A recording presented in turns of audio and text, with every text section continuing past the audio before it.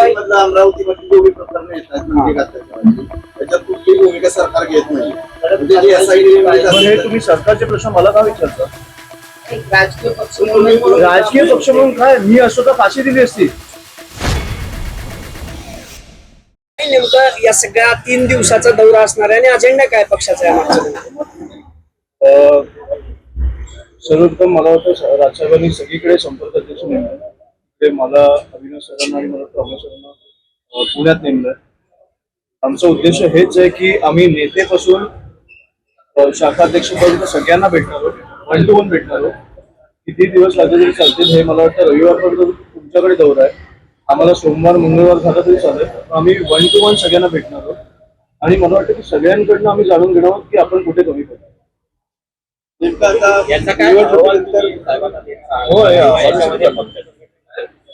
मला वाटतं की काही बदल झाले पाहिजे आणि हे आम्ही आज अहवाल कलेक्ट करून मला वाटतं की हा साहेबांकडे आम्ही जे निर्णय घ्यायचा तो राजसाहेब घेतील. पण मला वाटतं की सगळीकडे काही बदल हे झालेच पाहिजे.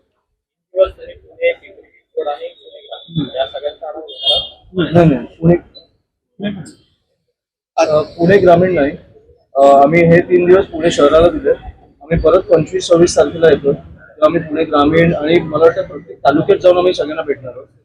ते मला वाटतं की 1 मे मध्ये चालू आहे आमचा दौरा. पण 25-26 आम्ही इतर संघटनांना भेटणार आहोत आणि पुणे ग्रामीण मधनं जे प्रमुख पदाधिकारी आहेत त्यांना भेटणार. काय काय बदल होणार आहे आणि आता ते मी तुम्हाला नाही सांगू शकणार. ते मला अहवालानंतर कळेल. आम्ही सगळ्यांना भेटणं झालंच नाही आमचं. मी पहिलं तुम्हाला भेटतो, त्याच्यामुळे सगळ्यांना भेटल्यानंतर मला एक अहवाल साहेबांकडे दिल्यानंतर मला कळेल की काय बदल घडवायचे. मुंबईच्या काय त्या पार्श्वभूमीवरती आपण काय म्हटलं या बैठकीमध्ये काय प्रमुख मुद्दे आपण लक्ष केलेले आहेत सगळ्या कार्यकर्त्यांना? थोडं पक्षापुरतं राहू दे ना.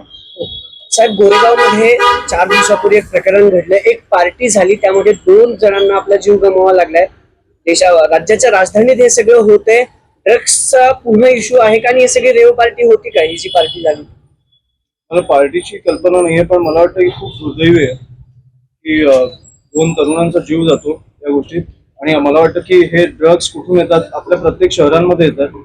पुणे असेल, नाशिक असेल, मुंबई असेल. हे किती प्रमाणात येतात हे पण मी तुम्हाला सांगेन. हे थांबवण्याची ताकद सरकारमध्ये नाहीये का? दरवेळेला अशा काहीतरी प्रकार झाल्यावर मला वाटतं की आपण कुठेतरी याच्यावर चर्चा करतो. हे थांबवण्याची मला वाटतं की ताकद असली पाहिजे की पोलिसांना तुम्ही एक 24 तासाचा फ्री हँड द्या. हे सगळ्या गोष्टी सुटतील. मला आता कळायला लागले की शाळांच्या बाजूला ड्रग्ज विकले जातात पुण्यामध्ये, नाशिकमध्ये. ही कुठची परिस्थिती? आपण कुठे आणून ठेवलोय आपल्या शहरांना?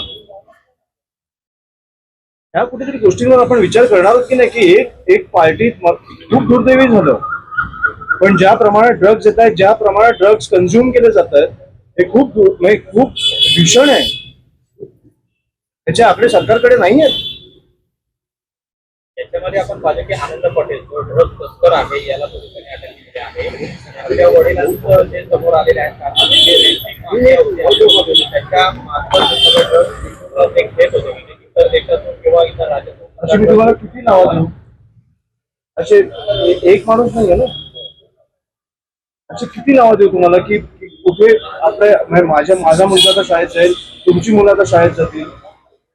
एक भीती तर वाटते ना की आपल्या शाळेच्या बाजूला ड्रग्ज विकले जातात.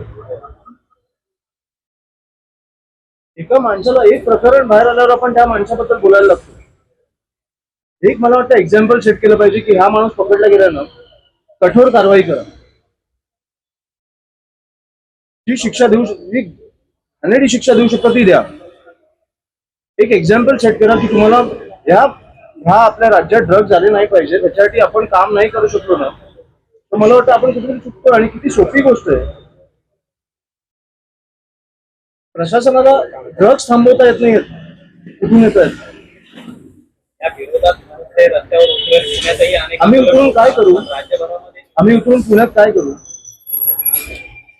आम्ही पुण्यात उतरलो, नाशिकमध्ये मरणार लोक, मुंबईत मरणार लोक. कुठेतरी प्रशासनाने ही गोष्ट हातात घेतली पाहिजे ना. आम्ही तर उतरूच, आम्ही तुमच्या समोर आणूच, पण त्याच्यावर कारवाई काय होती?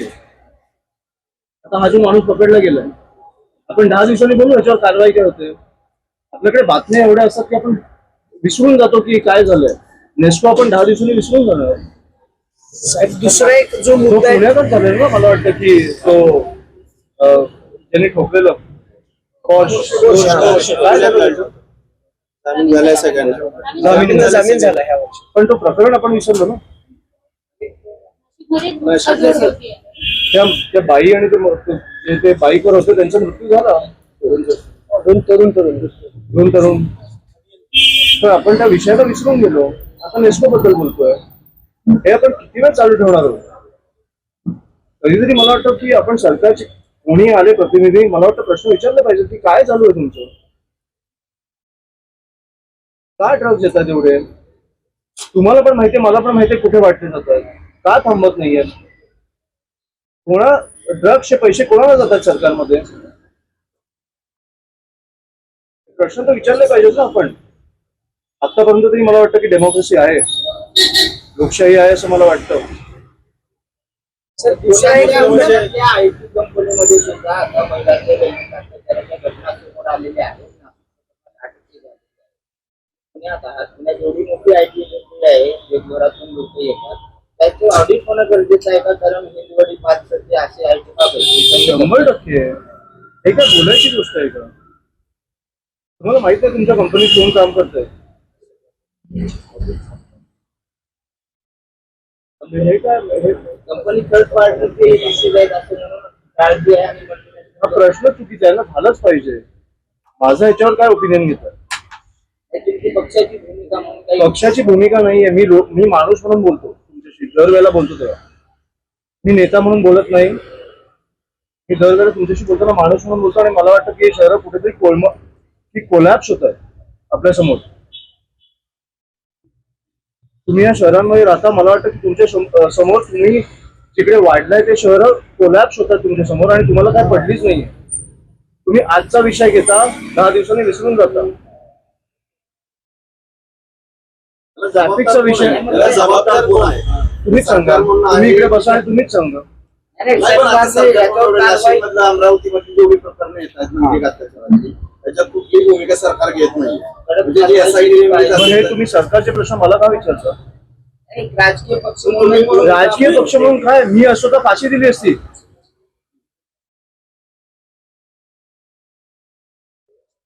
अशोक खरातला फाशी व्हावी असं पण वाटतं तुम्हाला. अशा प्रकारे कोणी फसवलं एक एक्झाम्पल सेट करा. तुम्ही जर एक्झाम्पल सेट केलं नाही तर हे असेच करत बसणार. कुठच्या तरी मंत्र्याचे पाय धरून हे बाहेर येणार लोक. कुठेतरी अशा प्रकारे चुकल्यावर आपल्याला कुठेतरी एक हे पाहिजे ना की जाणीव की तुम्ही एक जाणीव करून दिली पाहिजे लोकांना की अशी प्रकारे असा प्रकार परत नाही होणार. सर नाही विषय असा आहे ना. अमरावतीचं जे प्रकरण आहे किंवा नाशिकचं प्रकरण आहे. अमरावतीच्या प्रकरणात त्या मुलाने जवळपास 150 मुलींचं लैंगिक शोषण केलं. 350 व्हिडिओ बनवले. त्याच्यात आता अनेक आरोपी निष्पन्न होत आहेत. राज्याचं गृह खातं यावरती कमी पडतंय का सगळ्यामध्ये. अमरावती नाशिक अनेक ठिकाणी लैंगिक अत्याचाराचे प्रकार घडत माझं आहेत. एवढंच म्हणणं आहे. घडवण्याचा प्रयत्न माझं करतायत. एवढंच म्हणणं आहे. तुम्ही पोलिसांना 24 तास फ्री हँड द्या. मला वाटतं की मुख्यमंत्री जेव्हा तुमच्यासारखं प्रेस समोर बसून फ्री हँड देतील की पोलिसांना आजपासून उद्यापर्यंत फ्री हँड आहे. जे गुन्हेगार आहेत त्यांना पकडून मला माझ्यासमोर आणा. मला वाटतं की पोलिसांकडे ती ताकद आहे. आपले गृहमंत्री असं करतील असं वाटतं तुम्हाला. मला नाही वाटत. करणार नाहीत ते. मला नाही वाटत. अप्रत्यक्षपणे असं सांगताय की गृहमंत्र्यांचा पोलिसांवर दबाव आहे. सगळं फ्री हँड नाहीये. फ्री हँड आहे. नाहीये असं तुम्ही अप्रत्यक्ष मला का प्रश्न विचारता. पत्रकार म्हणून नाही माणूस म्हणून बोला ना माझ्याशी. तुम्हाला वाटतं फ्री हँड आहे. ठरलं की ते असं करतील का. एक दिवस सगळ्या नाही. पोलिसांना मुभा नाही. देतील. हे फक्त एक माणूस करू शकतो. आणि त्याची कारण काय हे असू फक्त शकतात. एक माणूस करू शकतो. तुम्हीच बोलला. खरेखर बोलू आणि मला वाटत नाही की एक दिवस करेल तो माणूस. तो मला वाटतं 365 दिवस त्यांना फ्री हँड देईल. तुम्हाला महाराष्ट्र ज्या प्रकारे साफ दिसला बघायला मिळेल ते मुख्यमंत्री झाल्यावर हे वेगळं असेल. मुख्यमंत्री हे देत नाही. त्याची कारण काय वाटत नाही. नाही मला कारण माहित नाही. कारण तुम्हाला जास्त माहिती.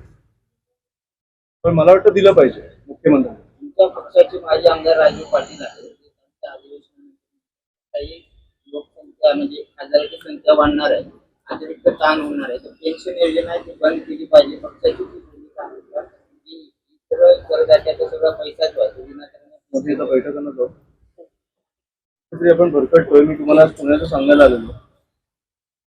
पुण्यात आम्ही नेते ते शाखाध्यक्ष म्हणून सगळ्यांना भेटतो हे मी तुम्हाला सांगायला आलेलो. बाकी आपण खूप प्रश्न घेतले. तुम्ही बैठकांना जातो.